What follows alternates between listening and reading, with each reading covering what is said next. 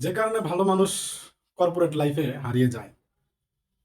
আপনি ভালো মানুষ হলেই চাকরিতে ভালো করবেন, বিষয়টা এমন না। আমি এই কথা বিশ্বাস করি না।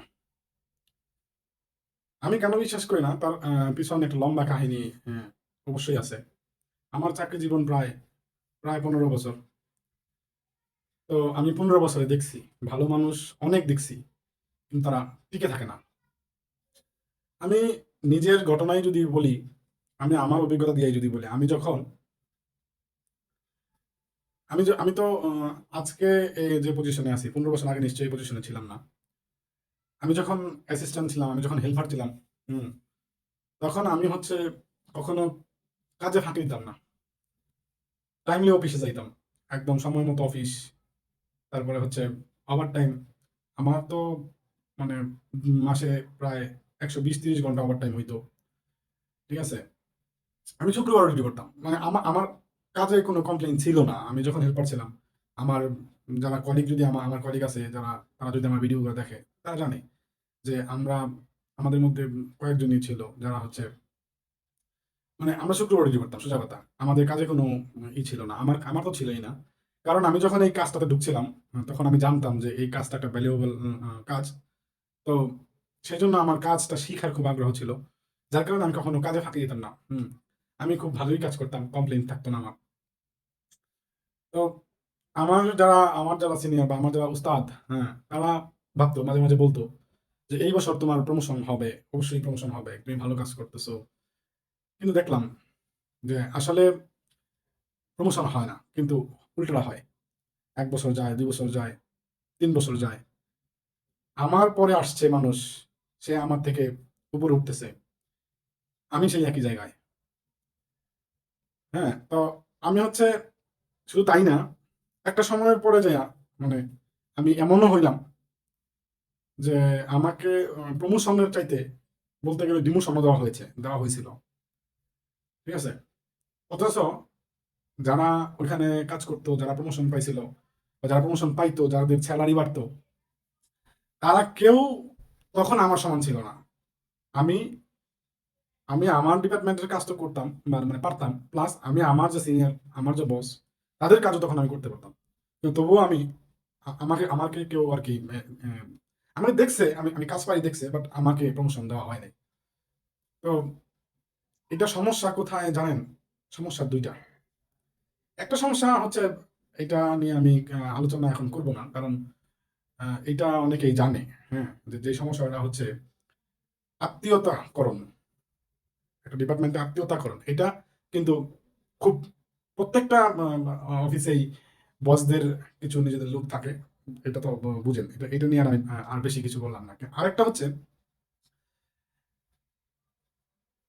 হচ্ছে যে আমি কাজ করি, কিন্তু মানুষকে বুঝাই না। আমি যে কাজটা করতেছি, আমি কিসে ভ্যালু দিচ্ছি, মানে কিসে আমি আমি আমি কিসে চিন্তা করছি, ভ্যালুটা দিচ্ছি, এটা আমি মানুষকে বুঝাই না। আমি হচ্ছে আহ, কাজ আছে করতেছি, আমার শিখতে হবে, আমার জানতে হবে, আমার আমার আমার লাইফ ঠিক করতে হলে আমাকে জানতে হবে, আমি চিন্তা করছি এরকম। হ্যাঁ, কিন্তু যে আমি আমার কাজ কতটুকু আমি আর কি জানি, বা আমি কাজ কতটুকু করতেছি, এটা আমি কাউকে কখনো দেখাই নাই।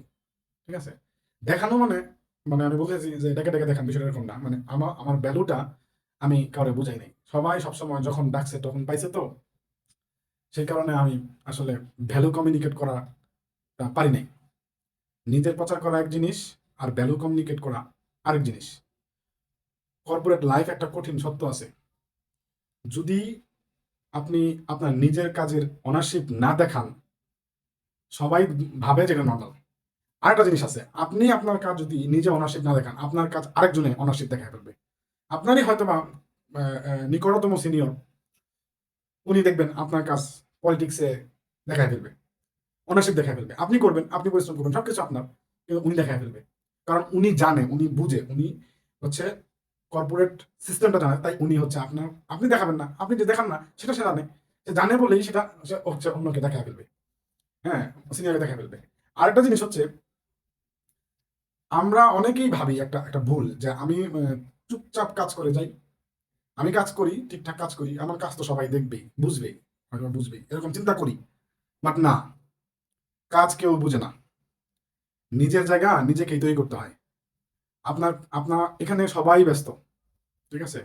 এখানে আপনাকে কেউ দেখবে না, কেউ খবরও নিবে না আপনার। আপনি যত করেন খবরও নিবে না, ঠিক আছে? এখন যারা পড়াশোনা করতেছেন, তো ভবিষ্যতে চাকরি করবেন, আপনাদেরকে বলতে চাই এটা, শুধু সার্টিফিকেট জমায়েন না, কমিউনিকেশন করা শিখেন। সার্টিফিকেট দিয়ে আসলে মানে জীবনে খুব বেশি উপরে উঠতে পারবেন না। চাকরিতে দেখবেন বহু সার্টিফিকেটদারি লোক আছে, বহু আছে, বাট জীবনে কোনো কিছুই করতে পারে নাই। এক জায়গায় চাকরি করতেছে তো বছরের পর বছর, বছরের পর বছর, বছরের পর বছর একই পজিশনে একই অফিসে চাকরি করতেছে, ঠিক আছে? তো এই জন্য আমি বলি, শুধু সার্টিফিকেট জমায়েন না, কমিউনিকেশন শিখেন। মানুষকে কিভাবে নিজের কাজের অনারশিপ বুঝাইতে হয়, দেখাইতে হয়, সেটা শিখেন। প্রবলেম সলভিং শিখেন। যে কোনো একটা কাজ আপনি করেন, একজনকে বলবেন যে আপনি করেন, হ্যাঁ, এটা না করবেন না। যে কোনো সমস্যায় পড়ছেন, সমস্যাটা এখান থেকে কিভাবে সলভ করা যায় সেটা হ্যান্ডেল করা শিখেন। আর যারা চাকরি করেন, একটা কথা মনে রাখেন, আর যারা চাকরি করেন একটা কথা মনে রাখেন, আপনি অফিসের কাজ বিক্রি করেন না। তুমি আপনি ট্রাস্ট বিল্ড করেন। আপনি কাজ বিক্রি করেন না, আপনি আমার বিশ্বাসটাকে তৈরি করেন অফিসে। আর যারা লিডার, তাদের জন্য, তারা তো বসদেরকেও বলি, সবচেয়ে কোয়াইট এমপ্লয়িটা অনেক সময় সবচেয়ে ভ্যালুয়েবল হয়। হ্যাঁ, কারণ সবাই কথা বলে কিন্তু সবাই ওনারশিপ নেয় না। সবাই কাজ করে, হুম, আবার মানে সবাই কথা বলে কিন্তু আসলে সবাই ওনারশিপ নেয় না। যারা ওনারশিপ নেয় এদের মধ্যে বেশিরভাগই দেখা যায় যে কাজ করে না। তো কথা হচ্ছে, আমি আজও শিখতেছি, হ্যাঁ, কিন্তু আমি আজও শিখতেছি, কিন্তু একটা জিনিস বিশ্বাস করি, কেরিয়ার বড় হয় ডেজিগনেশন দিয়ে না, মানুষ আমার নাম শুনে কি ভাবে সেটা দিয়ে। হ্যাঁ, কাজ করলে স্যালারি বাড়ে, মানুষ গড়তে পারলে দায়িত্ব বাড়ে, ঠিক আছে? তো নিজেরে গড়তে পারলে আপনি ডেজিগনেশনেও বড় হইতে পারবেন, ক্যারিয়ারেও বড় হইতে পারবেন। তো এই হলো আমার ছোট্ট অভিজ্ঞতা। ভালো থাকেন সবাই। ভালো লাগলে ভিডিওটা শেয়ার দিয়েন আর ফলো দিয়ে রাখেন এই ধরনের ভিডিও যদি চান। আল্লাহ হাফেজ।